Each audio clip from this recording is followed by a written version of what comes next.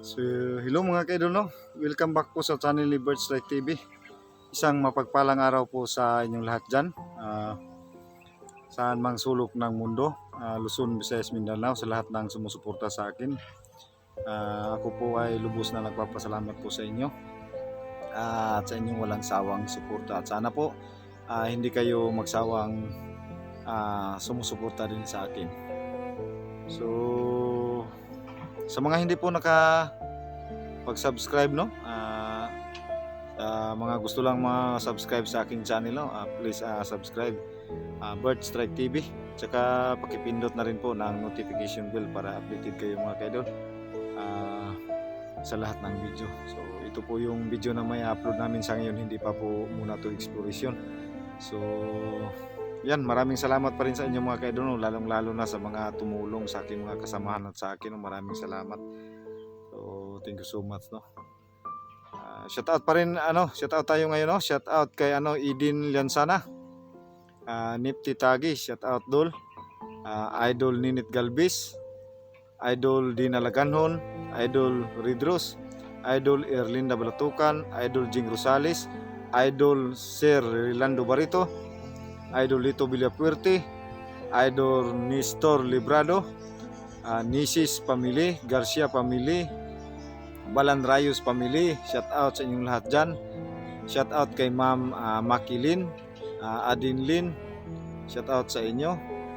Ninit Galbis, Susan Kadukoy, shout out sa inyong lahat dyan, no?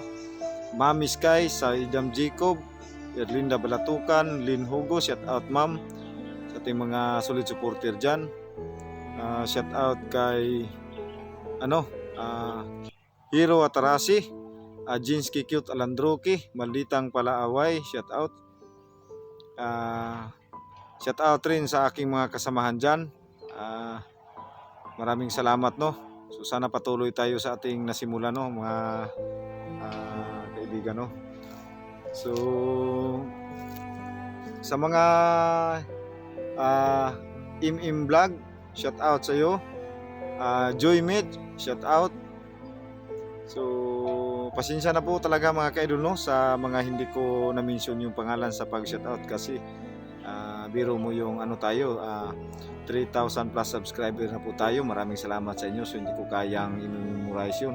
So kung memorize yun ko lahat yun, aabot tayo ng ilang araw sa So shout out na lang po sa inyong lahat dyan, no? So baka magtaka kayo mga kaidol, no? So yan, dito tayo sa ngayon mga kaidol, no, yung fish pan na palagi nilang kinukunan ng ilan yung kasamahan natin, ilan ni Longhair, yung pinakunan nila ng ng Taiwan Seal, at saka yung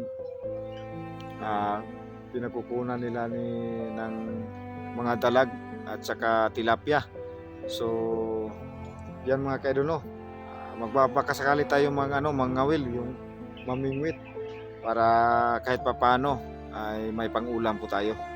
So yan, kasama ko ngayon si Jacob at saka si Bulaw, yung anak ni Raya.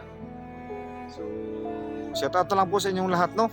Yung lang po, hiling ko lang po sa inyo, sana hindi kayo magsawang sumusuporta sa akin. God bless po sa inyong lahat mga kaidol. So andito na po tayo ngayon sa area. So si Jacob at saka si Bulaw andun na sa una. So para makapag intro tayo. So maraming salamat talaga, no. Shout out, no, sa inyong lahat dyan, sa inyong walang sawang suporta.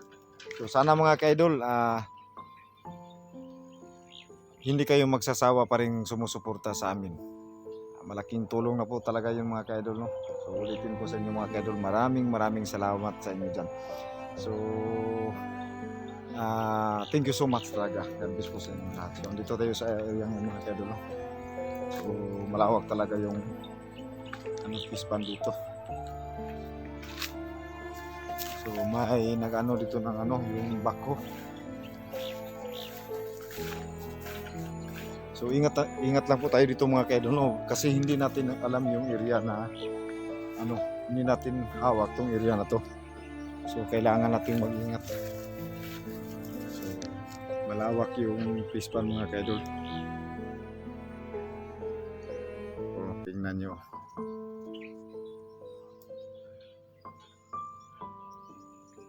So sana may mahuli tayo, no?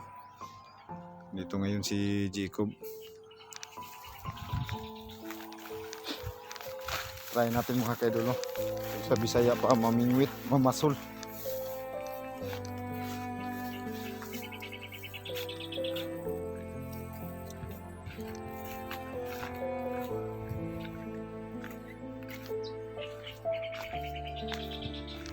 Napakalawak pala ng pispan na to. Parang bando na pispan ba?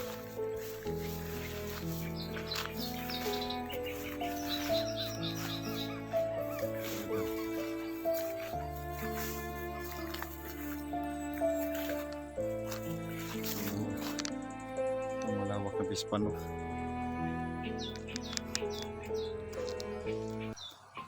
So, puntahan natin si Jacob at saka si Bulaw. Kasi baka may ahas dito. Kasi abandonadong ano ba. So di natin hawak yung lugar mga kaidol mo kahit ano dito. Eh pwede itong pasukan ng mga bandido.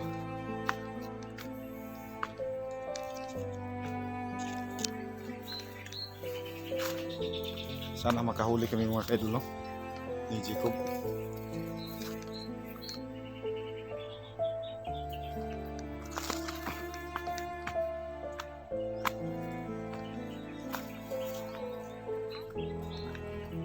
Dito sama nga namin dito si Bulaw.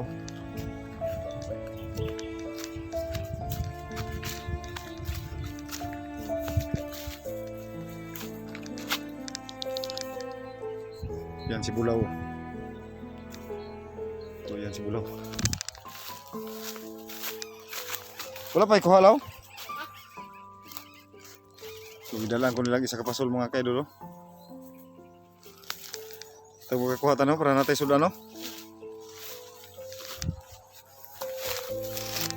Eh, sikasaka na, bantayan yung pasol. So, malawak talaga yung pispan mga kaidol, no? Delikado dito pag ano lang ba, kaya sinamahan ko talaga si Jacob at saka si Bulaw kasi baka may malaking ahas dito. O kaya yung buhaya. Kuha ka, Kob? No? Hugas isa. Hugas isa. So may huli na si Jacob mga kaidol, no? Hindi naman masyadong kalakihan pero ayan, nabitawan din.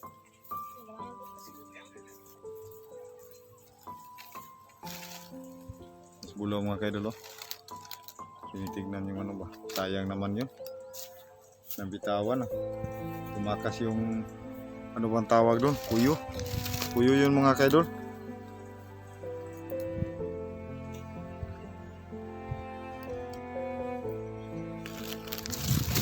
Asay mong kuan, Kob? Pasol naman. Pasol ng Jacob mga kaidol.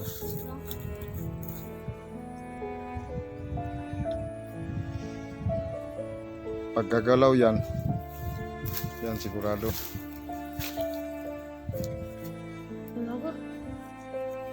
Saka yung sa akin ng mga kaidol, yan o. Grabe yung ano. So may isa rin kaming kasamang bata dito pero hindi namin pwedeng ipakita to yung mukha kasi para sa safety na rin niya.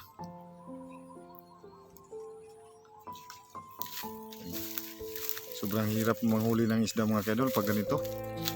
Buti yung nila 69 kasi may ano sila, may pupot sila. Yung at saka yung ano, marunong sila dito sa ano, sa panguhuli ng isda. Awak ng ano. Baka may mga ibang ano dito ba. Sobrang lawak.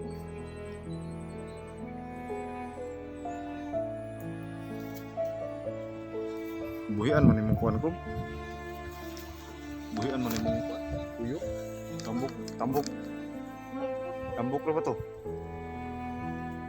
Sakit kay tunok. Ha? Sakit tunok. Tambok ra ba to? Asa man napit ang tunok mo dai? Wala eh. Da. Bak magkalapos.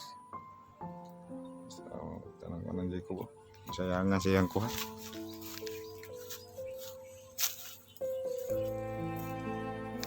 Iba yung mga mingwit mga kaidol, yung ano, yung kasi yung ang sabi dito, yung mga tilapia dito ano nagsasawa na sa ano. Kasi ang daming pong ano dito ba. Halos araw-araw may ano dito nanguhuli ng isda.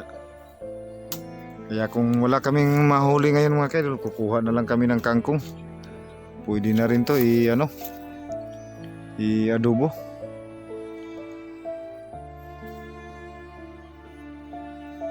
Grabe ang lawak nitong area talaga ito mga kaidol. Sobrang ano ba.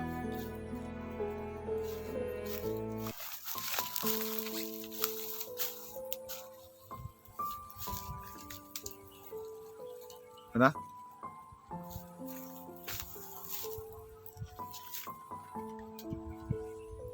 Wala pa. Magka ano na. Malapit na ng oras. Sobrang init pa. Kaya ang hirap talaga mag-ano ng ulam. Pag wala kang saktong gamit. Kung sana yung ano may fishing rod ka, yung iano mo sa malayo, yun yung sa gitna. Pero yung ano lang, yung ganito lang, wala talaga to. Mabibitin ka talaga dito.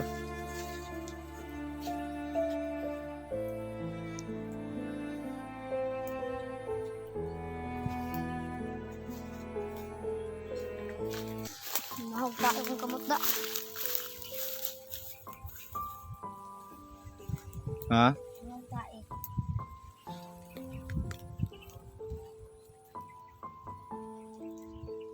Anlok ng unanay bakit magilom-hilom rabaya ng kubra. Biya mo tingting nagkukisaw to sa. Pa, Ha? dalo na diya. Asa? Dali ang bro. Ana gina kubra. Ang gibungkag na mo gani gapon. Ang iglo no. Ang kubra gina. Tago ra ni ba? Mikado kini ba?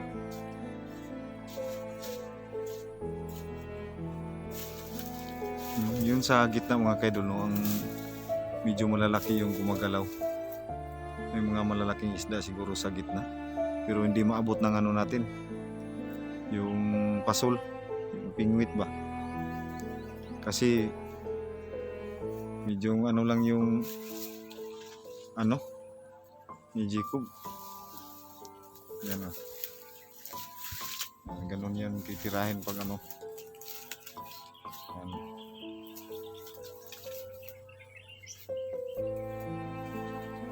Sobrang ano. Tinitiis lang niya yung init.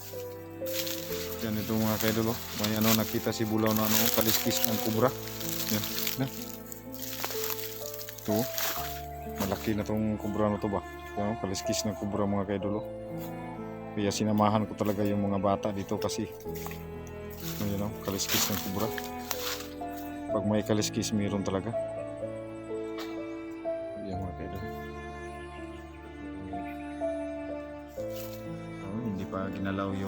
Hindi pa ginalaw yung pataw ko. Wala tayong ulam nito ba. Yan.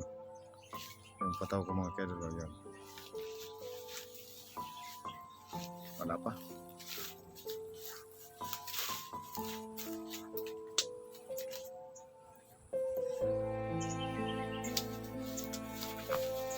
Hindi pa oh.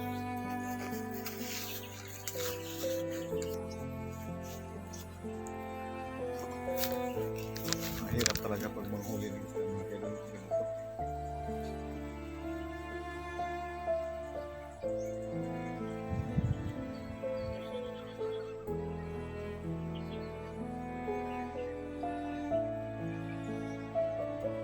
Yung dati kasi yung kaidol ano to yung pista na to daw yung usap-usapan dito. Kaya iniwan. Parang nalulugi yung may-ari ba. Kaya naging ano na lang to.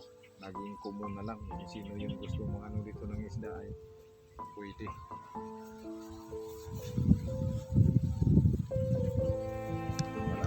kaidol, pero ang tingin ko dito mga kaidol no, parang pinakabahan ako dito kasi yung gilid niya. Ayan no.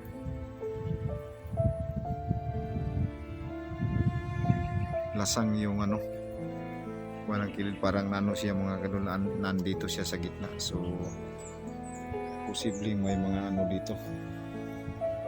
Kaya ingat-ingat po tayo dito mga kaidol. So, yan lang po mga kaidol, no? Tayo muna namin may manasaan ni Biko. Saka kay Bulaw. Siguro pa siguro kasi yan, may mga malalaking gumagalaw ba. So yan, maraming salamat sa inyo mga kaidol, no? Thank you so much sa inyong walang sawang suporta no kay Bird Strike TV. Thank you so much mga kaidol.